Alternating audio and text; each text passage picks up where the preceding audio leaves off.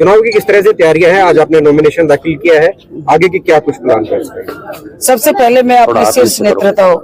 Congress party का जो है राहुल गांधी जी, श्री मल्लिकार्जुन खड़गे जी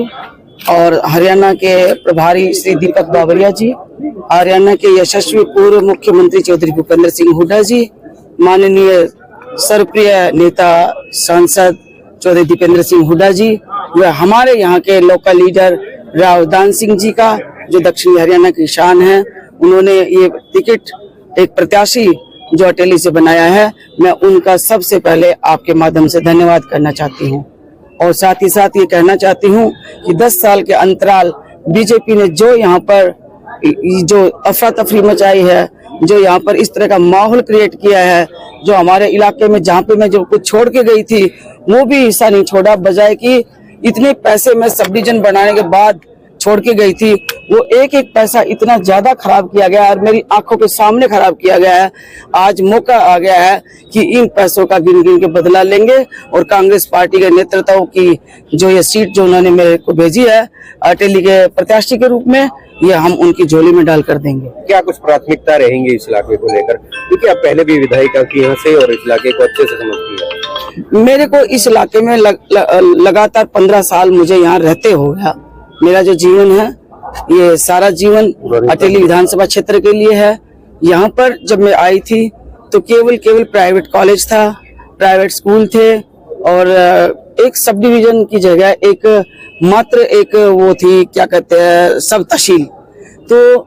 मैंने मुख्यमंत्री उस टाइम चौधरी भूपेंद्र सिंह हुड्डा जी थे, 2014 में उनकी रैली कराई यहाँ पर और मैंने यहाँ पर सब डिवीजन मांगा, उन्होंने मुझे यहाँ पर सब डिवीजन दिया और बहुत से यहाँ पर गर्ल कॉलेज दिया, अगर मैं गिनाऊंगी तो हॉस्पिटल दिया, गर्ल कॉलेज दिया और इसको पीकेएस डिकाना कॉलेज को सरकारीकरण किया और इस सब डिवीजन बनाने के लिए 383 करोड़ रुपए का मैं बजट यहाँ पर लेकर आई थी और यहाँ पर मंडी लेके आई है, अनाज मंडी। उसके बाद सारे गांव का जो इंफ्रास्ट्रक्चर था, जो बेसिक मूलभूत सुविधाएं थी, जो स्ट्रीट्स थी, गलियां थी, वो इतनी टूटी हुई थी। चाहे वो आगे का मैनिफेस्टो क्या होगा जो आप आगे का मैनिफेस्टो ये होगा कि मेरा तो विशेष तौर पर कांग्रेस पार्टी का मैनिफेस्टो बहुत बड़ा होता है, लंबा चौड़ा होता है, लेकिन मैं तो बेसिक मूलभूत जो समस्याएं हैं मैं तो उन्हीं से जूझ रही हूँ। जो 15 साल का लगातार जो पीरियड मैंने देखा, 5 साल के बाद 10 साल की जो बीजेपी सरकार देखी, इसके जो कारनामे देखे, जो काम हमने करवाए थे उन कामों को भी हटा दिया, गिरा दिया, उड़ा दिया। आप देख रहे हैं, सारे यहाँ के आप लोकल हैं, चाहे आप प्रेस से रिलेटेड है, चाहे दूसरी मीडिया के माध्यम से हैं, आप सबको पता है, आप सब स्माइल आपका फेस कह रहा है कि यहाँ पर जो कुछ भी हुआ, यहाँ पर लूट खसूट और चेहरे बदल, पत्थर बदल सरकार रही है। केवल नाम बदले गए, पत्थरों के नाम बदले गए, काम के नाम बदले गए और उसके बाद ऐसा यहाँ पर माहौल क्रिएट किया गया कि जिसकी वजह से कनीना और कनीना के आसपास के लोग अटेली विधानसभा क्षेत्र का नाम लेने वाले यहाँ पर 10 साल में नहीं छोड़ा। अटेली में अपना कॉम्पिटिटर किसको मानते हैं, कौन आपको टक्कर दे सकता है इनमें? देखो जी, भगवान ने मेरे को बनाया है, मैं किसी के बारे में क्या कह सकती हूँ, मैं तो अपने बारे में कह सकती हूँ कि भगवान ने मुझे आज ये मौका दिया है। राजा रामचंद्र जी भी 14 साल के बाद वनवास से आ गए थे, मुझे तो 15 साल हो गए यहाँ पे रहते, तो मैं तो अपना मुकाबला मेरे भगवान के आशीर्वाद से लेना चाहती हूँ कि अपनी बात रखूं और इलाके के लिए काम करूं। कितने वोटों से मानते हैं, आपको क्या लगता है कितना मार्जिन अगर ये मार्जिन मैं नहीं बताऊंगी, यहाँ अटेली विधानसभा क्षेत्र की जनता जिन्होंने 10 साल तक का राज, इस तरह का डिक्टेटर राज भुगता है, जिन्होंने तानाशाही सरकार देखी है, जिसने इस तरह की ये जो लड़कों के साथ हमारे जो भाई हैं इनके लिए अग्निवीर जैसी योजना लाए हैं, वो इनका गिन गिन के बदला लेंगे।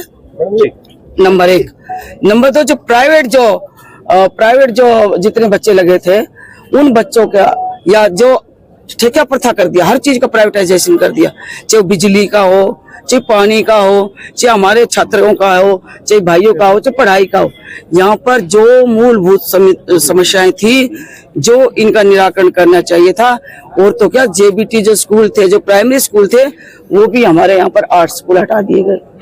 और इससे हमारा इतना नुकसान हुआ। जो बच्चा प्राइमरी स्कूल में पढ़ के और आगे कुछ बन सकता था, आगे बढ़ सकता था, उसका वहीं की वहीं गला दबा दिया गया। तो इससे ज्यादा मैं थोड़ी बताऊंगी। और अब तो